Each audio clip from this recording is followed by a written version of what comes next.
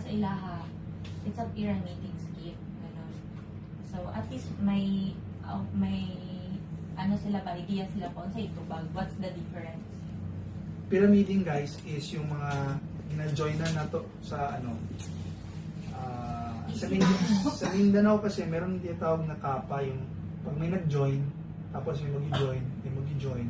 So, kinukuha yung payout sa next na tao para ibigay dito, ito ibibigay dito, kay pataas ng pataas, tapos nagiging structure siya ng pyramids. Kaya ang nangyayari, kung walang mag-join dito, walang kita to.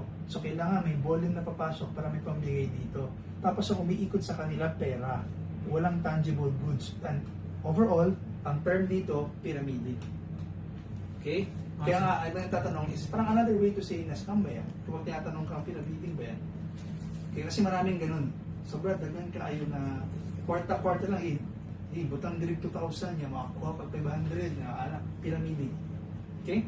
So, ang difference ng pyramiding sa network marketing, syempre ito, not legit.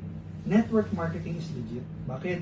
Kasi we are focused on product movement. Okay. So, yes, meron tayong package, oo. Pero at the end of the day, we are selling a package where we have seaweed products. So, it means na if walang mag-move na product, wala ring payout, saka wala ring mga sales. So, meaning, legit ang structure ng network marketing. Okay, so kung magkatanong pyramiding, hindi siya pyramiding. Okay, sabi niya triangle. Hindi naman kasi porke triangle is pyramiding siya. It's just a structure. For example, sa school, may principal, may officer, may estudyante. Di ba pyramid?